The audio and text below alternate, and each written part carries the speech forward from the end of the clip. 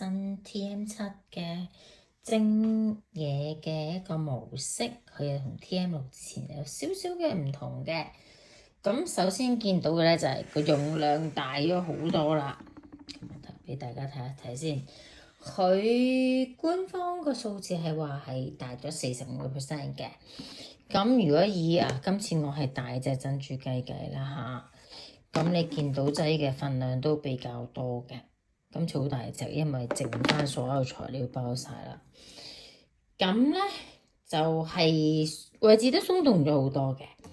咁然後咧佢咧就冇量杯蓋㗎啦，我哋，所以咧你見到咧佢個做法就係咧呢度咧佢有個蓋仔嘅，平時咁嘅蓋嘅。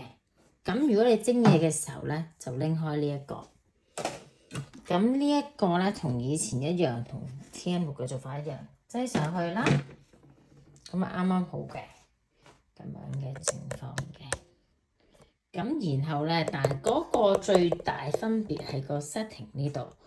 以前我哋係自己去 set 個 temperature 嘅，亦都自己去做一個手動模式去蒸嘢嘅。咁但係而家就唔係嘅，撳一撳呢度。去咗呢個功能版面之後咧，我哋直接係有一個叫做蒸煮嘅功能。撳落去之後，佢 automatic 就 set 咗10分鐘。咁當然你可以再計啦，再加啦嚇。咁我就譬如我呢一個要蒸到因為我呢個擠咗個雪櫃頭先整嘅，所以我會蒸耐少少，等個荷葉味出啲。咁就係40分鐘，速度1咁樣咧。佢已經教埋你點樣擠噶啦，咁 set 好晒啦，跟住咧就直接撳呢個，搞掂。好處而家嚟講好處先，呢一個功能上嚟講就覺得就係TM7就完勝嘅，一定係點解咧？佢有2個好處，第一個 Varoma tray 大咗，呢個大家都睇到啦，唔使講噶啦。咁個設計上個形狀，我覺得我係中意嘅，因為上面可以擠到成3-4條魚。咁但係最主要我自己最中意係因為咧，你見到佢蒸嘅時候係非常之靜嘅。如果調翻轉 TM6，雖然我冇嘢入邊，我都開俾大家睇一睇，做一個簡短嘅比較啦。OK，我啲 TM6 反正喺隔離嚇。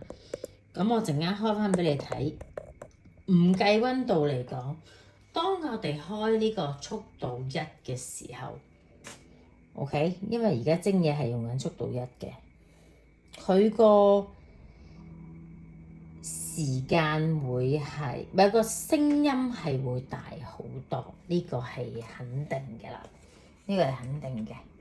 咁我哋平時蒸嘢喺呢一邊 TM6嚟講嚇。我哋當我都係 set 佢10分鐘先，其實冇乜所謂，因為我都係開俾大家聽下嘅啫。咁溫度 Varoma 咁計 ，OK？ 咁呢個我就 set 翻去一速度1嚇，就速度1 ，OK？ 呢個微琴冇改 ，OK？ 速度1，聽下單單分別聲音。咁你知道我講乜嘢啦？呢個聲 ，sorry， 速度1，同埋呢邊係冇聲 ，OK？ 咁呢個係直接嘅音量對比，再聽多次下。而家當我呢一邊蒸緊嘅時候，如果我同時間呢一邊開嘅話，速度1下去返速度1，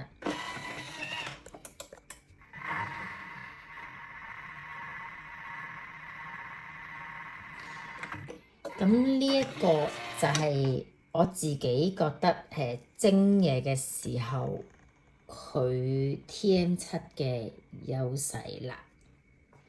咁今日講到呢度先，晏啲我哋仲有其他嘅分享。